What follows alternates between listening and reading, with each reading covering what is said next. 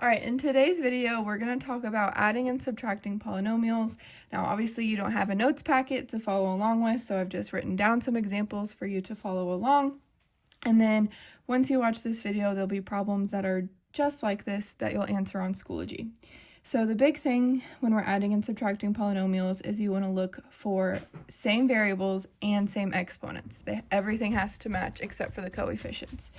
So when we are adding, in front of our parentheses, we would have an imaginary 1. Now, if we were to distribute an imaginary 1, nothing would happen. So all we have to do is basically pretend that these parentheses don't exist and combine our like terms. So if we start with negative 3a to the third, over here in this polynomial, we have another a to the third. Now in front of our a to the third is an imaginary 1, so we're going to do the math that it says to do. So negative 3 plus 1 gives us negative 2, a to the third. Now we are going to write this in something called standard form. That means our exponents are going to go from greatest to least. So once we have our third, the next biggest exponent is to the second. So 2a squared, and then we're going to find the other a squared, which is negative 3a squared. Do the math that it says to do according to those coefficients. So 2 minus 3 gives us negative 1a squared. Over here on this side, we have a minus 5a. Now there's nothing else that matches it, so it's just not going to change. We're going to have minus 5a. And last but not least, we have negative 4 plus 7. Just do the math that it says to do, and we end with a positive 3.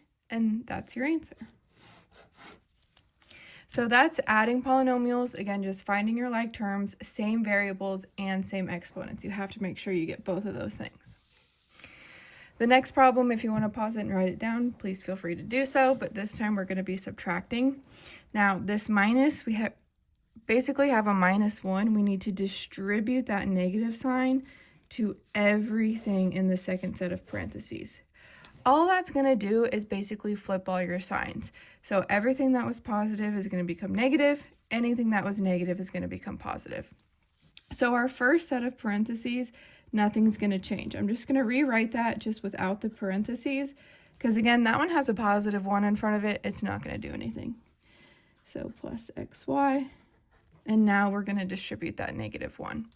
So minus 5 x squared y squared plus x to the third minus xy minus x. The biggest mistake people make here is they distribute the minus to the first term, but then they forget to distribute it to the rest. So please make sure all of those terms, your signs are changing. All right, so now we're going to find our like terms. This one's a little more complicated. We have two different variables, but again, same variables, same exponents. So let's just start with this first term. We have an x squared and a y squared. Over here in this term, we have an x squared and a y squared.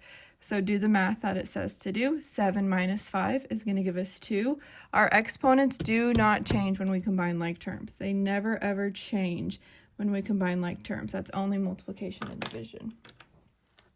All right, so our next term we have is minus 6x to the third. So that doesn't match. This does. That doesn't match. That doesn't match. So negative 6x to the third plus x to the third. Remember, that's an imaginary 1.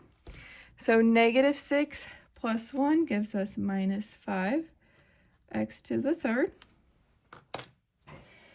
All right, then we have xy.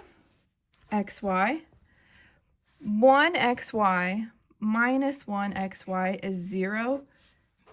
So we don't have to write anything down. 0xy is just 0. And then last but not least, we have minus x. There's nothing it can be combined with. So minus x, and that is subtracting polynomials. So they're very similar. The big difference is with subtraction, you have to distribute that minus. With adding, all you're doing is combining like terms.